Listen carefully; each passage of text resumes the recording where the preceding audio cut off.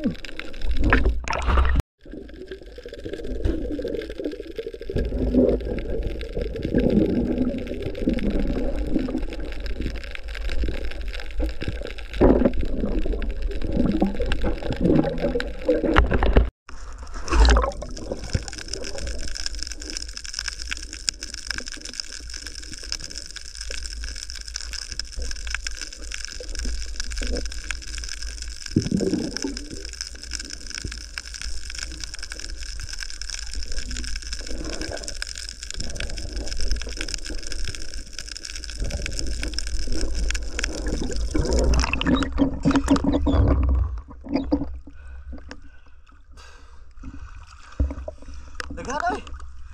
Daghan yun. Ito ba't dapat din sila?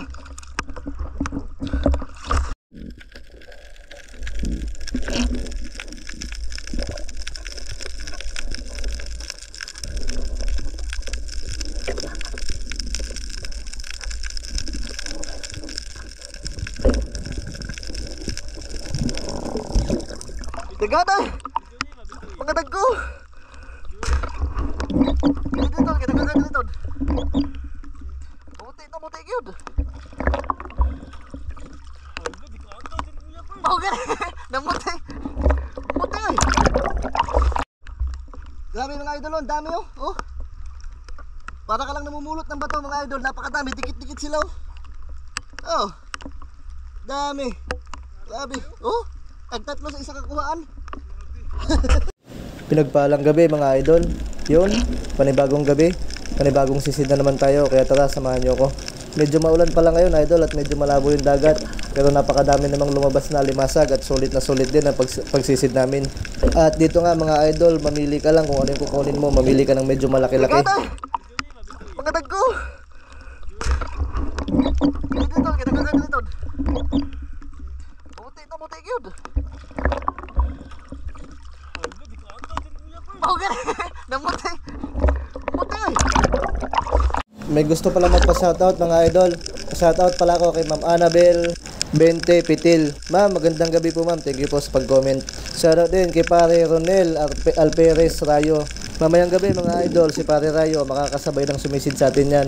Hindi siya nakasabay kagabi mga idol kasi may duty nga siya. Isama din natin si J.R. Rirao from Nueva Ecija.